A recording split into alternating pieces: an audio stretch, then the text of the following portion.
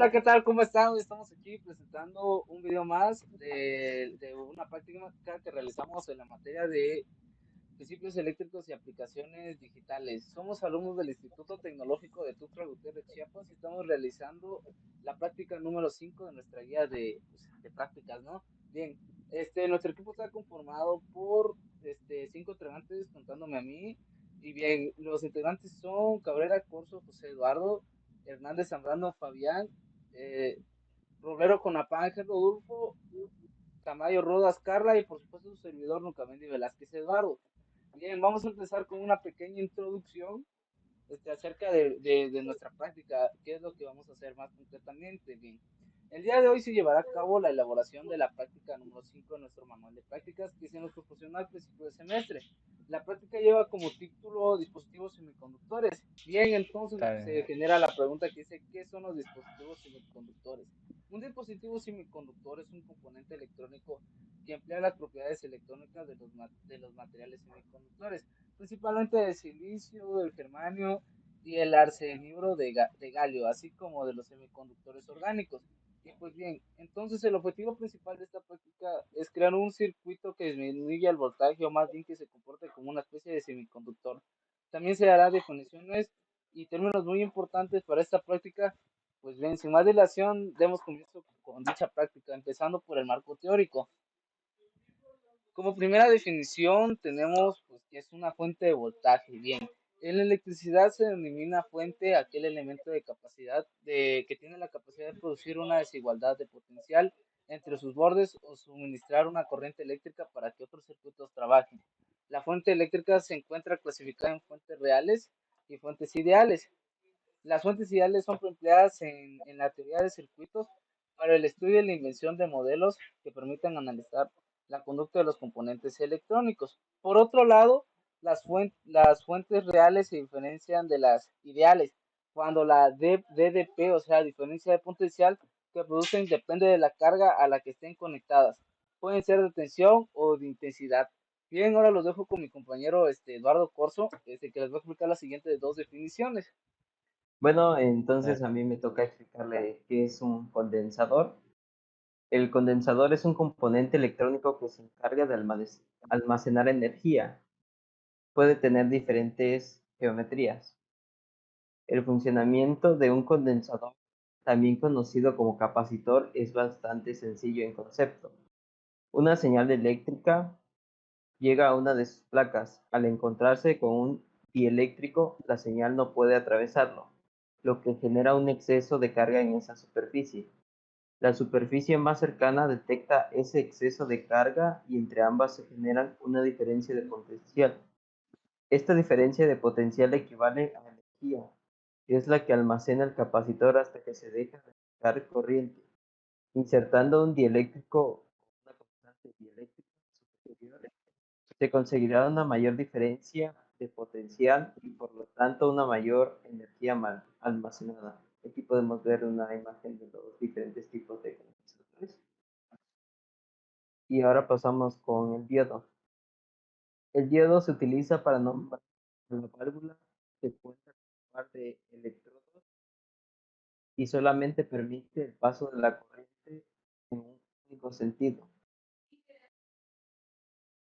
Para lograr comprender de la mejor manera qué es un diodo, debemos saber qué son los electrodos. Así se denomina al extremo de un conductor eléctrico que se haya vinculado a un medio del cual recibe o cual transmite una corriente. Los diodos son piezas electrónicas que tienen dos electrodos y que posibilitan el avance de la corriente eléctrica en un solo sentido, hasta una determinada diferencia de potencial. Los diodos funcionan como un circuito abierto que no conduce la electricidad. Sobre dicha diferencia, en cambio, actúan como un circuito cerrado cuya resistencia es muy reducida. Ahora damos paso a la realización de la práctica. Bueno, a mí me toca explicar acerca de cómo se hizo la elaboración el proyecto de la práctica 5 dentro del Proteus. En este caso, se utilizó lo que viene siendo principalmente un switch que viene siendo este.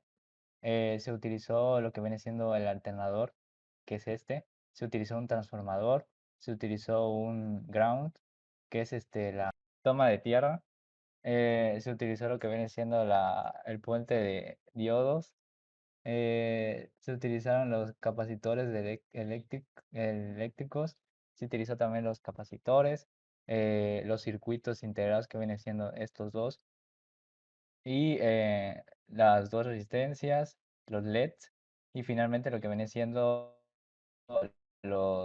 el voltímetro.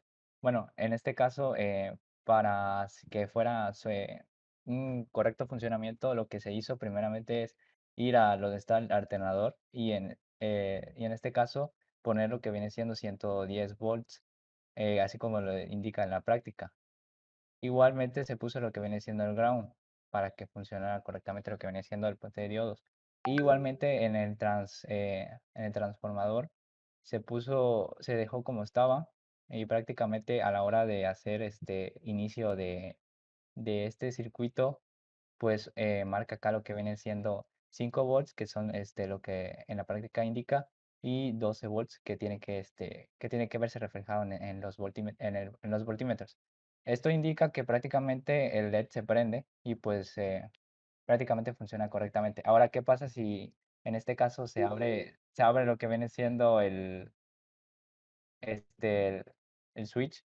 Pues no funciona correctamente ya que pues no llega a lo que viene siendo la energía suficiente dentro del puente de diodo y por ende pues no marca los volts que son necesarios conforme está abierto el switch.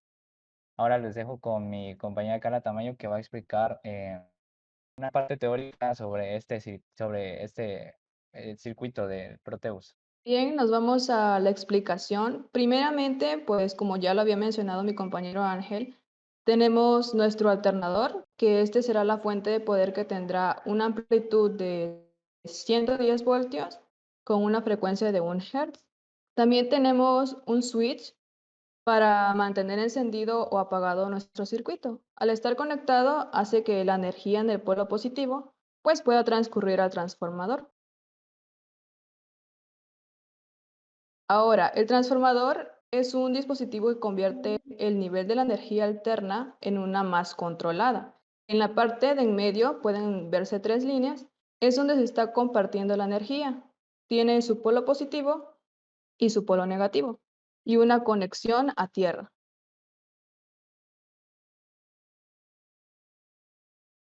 La energía se dirige al puente de diodo, que estos están conectados en serie, el cual rectifica las ondas senoidales y nos deja solamente con la parte positiva que nos proporciona la onda senoidal de la corriente alterna. Seguidamente, pues tenemos a los circuitos integrados, que son el 7805, el cual nos sirve para que pase un voltaje de 5 al resto de todo el circuito. Y tenemos al otro de 7812, el cual hace que solo pase 12 de voltaje al resto del circuito, es decir, para que estabilice el voltaje. Están también los condensadores cerámicos que nos hacen filtrar de mejor forma la corriente que está llegando, donde se va a topar con la resistencia y con el LED. Y bueno, finalmente, si encendemos el circuito, podemos ver que la corriente que nos entrega es de 5 voltios y del otro lado es de 12 voltios. Y vemos que se encienden los LED. Esto es para verificar que sí está pasando una corriente dentro de todo el circuito. Y ahora vamos con mi compañero Fabián Zambrano. Bueno, respondiendo a la pregunta de este circuito, bien, ya que el transformador no acaba de aplanar completamente las ondas senoidales, entonces necesitamos el puente de diodos para hacer un filtro de esas ondas senoidales, es decir, rectificar esas ondas para que así se convierta la corriente alterna en corriente directa. Filtramos la señal para tener una corriente más estable. Si tenemos mucho más voltaje, necesitamos un mayor filtrado. Como conclusión de esta práctica, podemos decir que estuvo algo complicado, ya que tuvimos que cambiar algunas piezas para que pudiera funcionar. Un ejemplo fue en el alternador. Tuvimos que cambiar y modificarle para que tuviera un correcto resultado. Fuera de ello, creo que no hubo mayor complicación en el armamento del circuito, ya que teníamos una buena guía.